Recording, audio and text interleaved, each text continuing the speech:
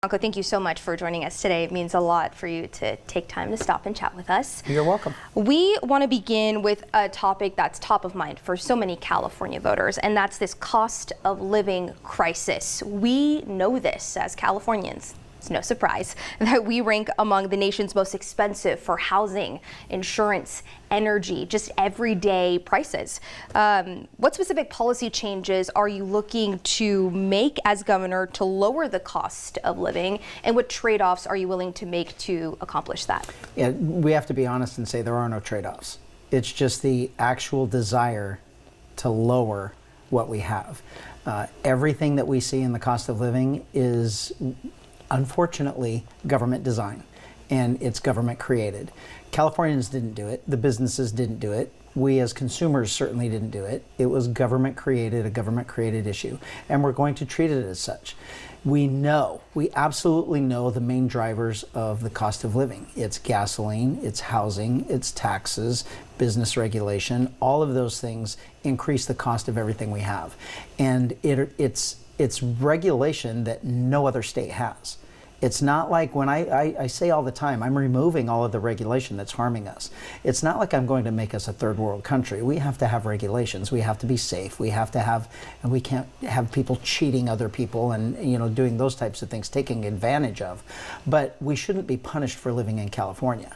We shouldn't be punished for opening a business, to choosing to operate a business in California. And that's what's happening because of an unquenchable thirst for money, for taxpayer money, for fees that are disguised as fees, but really it's a tax. It's a hidden tax. So I'm actually going to restore the ability to have the California dream. The California dream is come here, work hard, achieve everything that you want. If you want to work harder, go ahead and work harder and get more. Own your home, own your business, operate your business, have a couple of cars, have a couple of kids. Whatever your life leads you to, you must have that ability to achieve that life, and we don't have that now. So we are going to remove the regulation that is causing it. Gasoline is the biggest. We will be oil independent in this state. We are buying all of our oil from other countries and we are making them rich. Why are we not making Californians rich? Why should we all be punished with the highest gas in the country and making other people rich while we're doing it? It's not going to happen anymore. We are going to have the cheapest gas, or if not the cheapest gas in the entire country, once we're oil independent. And then we generate revenue for the state, along with other revenue that we're going to get from other things we can talk about later, but also rid us of the fraud and the abuse of our taxpayer money. I mean, we are knowing now that we are going to be approaching the $1 trillion level of fraud and abuse in this state with taxpayer money. And it may even surpass that by a lot. And it's been going on for decades. And now our own government is saying that our government knew it was happening and they just allowed it. Our Attorney General did nothing. DOJ did absolutely nothing. The legislature did nothing. So when you stop all of that, when you end all of that, you give that money back to residents. You generate revenue for the state through oil, through purchasing our own oil, buying our own oil, through companies here. We actually make our cost of living drastically go down across the entire board. You no longer pay California state income tax. That, I guarantee you, you can spend your money better than the state. So there's no taxes. We generate money through natural resources, the largest lithium mine in the entire world. We have that availability in California, but our state is keeping it from happening. We have to remove the obstacles to let that mine operate, take all of that over from China. Why are we making China rich? California should be rich from that. And then we all thrive. Our businesses thrive, our families thrive. That's what we want. We want the availability to make our families thrive, and regulation is harming that. I'm going to remove regulation on day 1 through 10. There are so many that are harming us. I can't tell you which one's first, just whichever paper is in front of me first. But it has to do with oil, it has to do with building, it has to do with water, it has to do with farming, agriculture, all of those things that are harming us. We'll get to all of those papers throughout the interview, but you mentioned something interesting that I want to pick your brain about a little bit. You mentioned that you don't want Californians to be punished for starting a business here. So many people have stated that California is one of the worst states in the country to start a business. It is the worst. It is the worst. We know that we are the least business-friendly state in the country. So not only is it the hardest to start, it's the hardest to continue. And maintain. And absolutely, and that's why people are leaving. All you have to do is ask. Why is no one asking? We have to get to the point in a law enforcement world.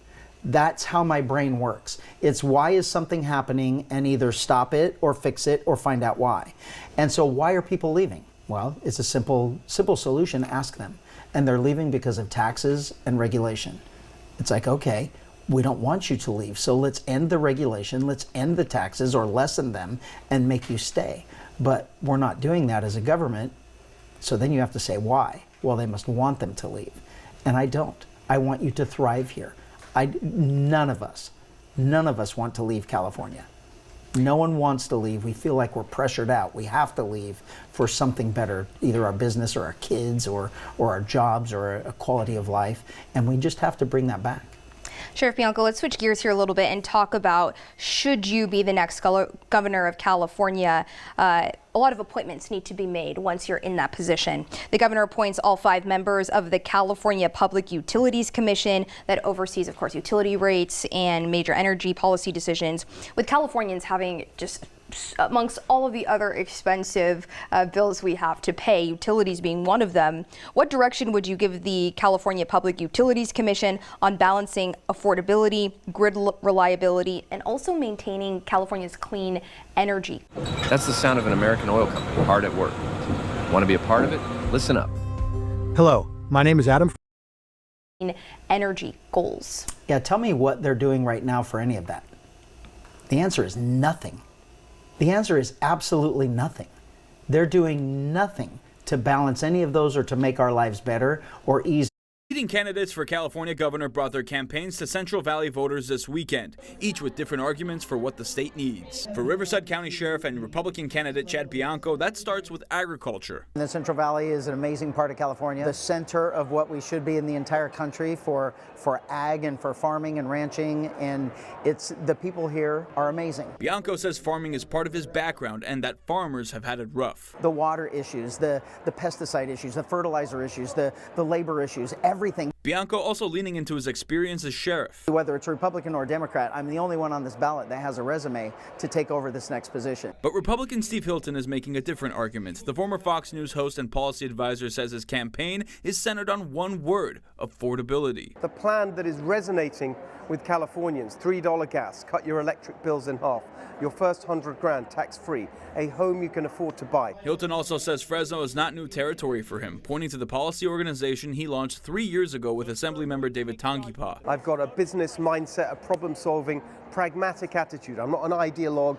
I'm not a particularly partisan kind of person. I just want to solve problems in a business-like way. And Hilton wants to bring that mindset to the Central Valley. I'm going to be the strongest supporter for the Central Valley that anyone's ever seen as governor. Meanwhile, Democrat Tom Steyer's campaign also stopping in Lemoore and Fresno this weekend, sharing his plans to improve the state's affordability. That is about housing. It's about health care. It's about electricity costs, especially here because they're the highest in the nation in the Central Valley. Steyer says water remains one of the defining issues for the region and its economy. Whenever we, get onto specific topics about the Central Valley, it does come back to water. And, how are we going to, in fact, make sure we have water in the places we need it? Steyer also taking aim at Democrat Javier Becerra, accusing him of being backed by corporate interests. Javier Becerra has been taking money from Chevron. He's been taking money from Meta. He is basically a corporate financed candidate. But Becerra, following his campaign event in Fresno, pushed back. It's an outright lie. I have not taken $500,000 from Chevron. That was not money that came to me. Becerra says the argument for his candidacy comes back to experience. I have served in the state government, in the federal government. I've served as a policymaker. I have served as the executive. I have dealt with major crises. And Becerra knows the road to the governor's office runs through the Central Valley and its struggles. There are too many families in the valley who tell you, we're the 4th largest economy in the world. I don't feel it. I can't buy a house. With the June 2nd primary now just 9 days away, the race for governor is moving from the campaign trail to the ballot box. Jason Takdagian, KC24 Local News That Matters.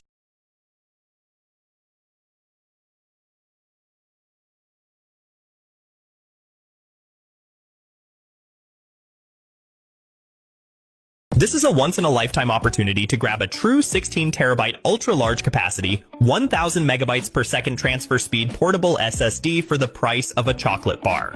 Originally prepared for export to the Middle East, these drives were stranded at the port due to unforeseen circumstances. The company has now decided to sell them at factory prices to recoup losses. It supports PCIe and NVMe protocols and features a USB 3.2 Gen 2 interface with Type-C. It can connect to your camera, laptop, tablet, or smart. Buying a new house in California? Congratulations! Sacramento just added $324,000 to your price. No, I'm not joking. It's called AB 130, Section 58, page 137 of a budget bill our buddy Newsom signed last June. Everybody was staring at the HOA fine cap on the front of the bill. Meanwhile, on page 137, they buried the biggest housing tax in California history. Here's how the scam works. The state calculates how many miles the people living in that new house are going to drive for the next 20 years. And if they're driving more than Sacramento thinks is acceptable, the developer pays a penalty. $2 per extra mile, 20 years deep. Over the life of the fee, $324,000 per home. And that cost doesn't come out of the developer's pocket. It comes out of yours, added to the purchase price or the monthly rent. You bought a $600,000 house, it's now $924,000. Rent was supposed to be $2,500, well now it's $3,850. For what? Because Sacramento doesn't want you driving to work. And our good friend Ashley Zavala, well, she's still saying it's just a study. That what lawmakers approved was not a tax. Ashley, read page 137. I'll wait. Buying a new house in California? Congratulations.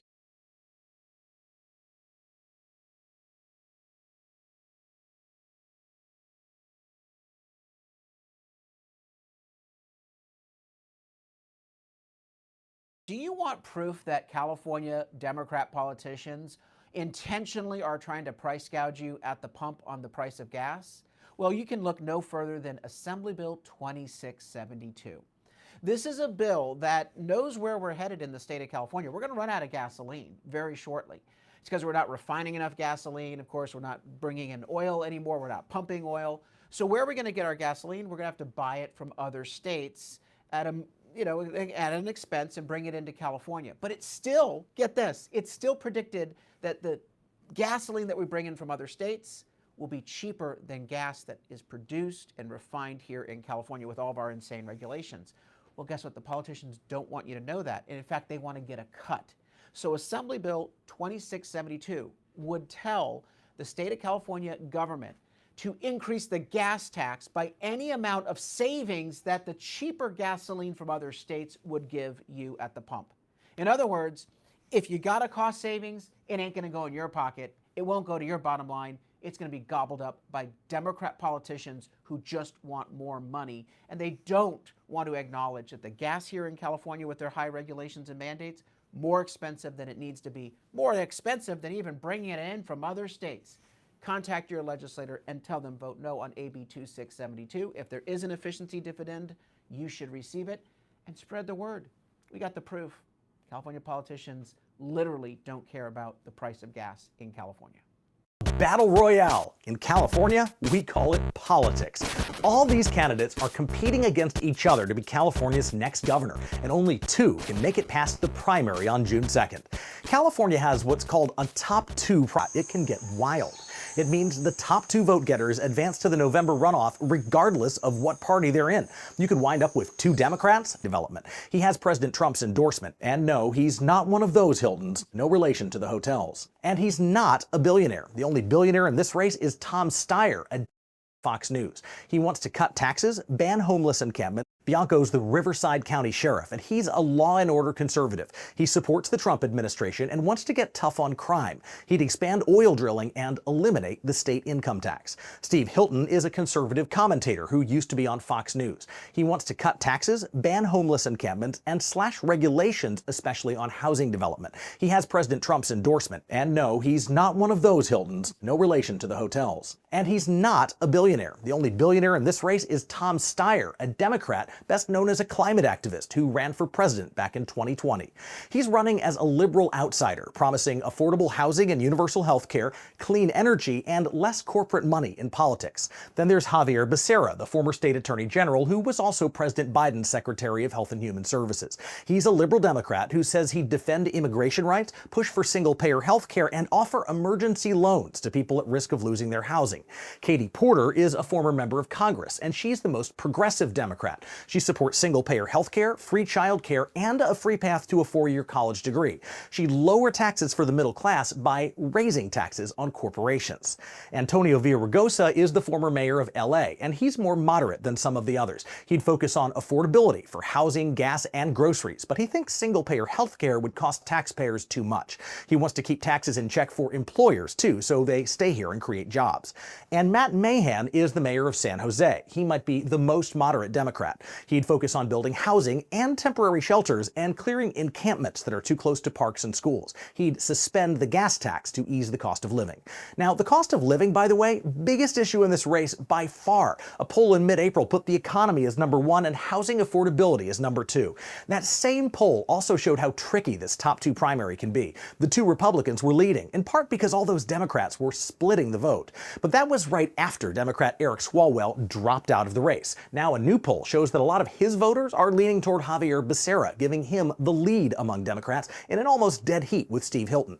Of course, 14% of voters still said they were undecided, and that means the battle royale is not over yet. Gamers would call this a battle.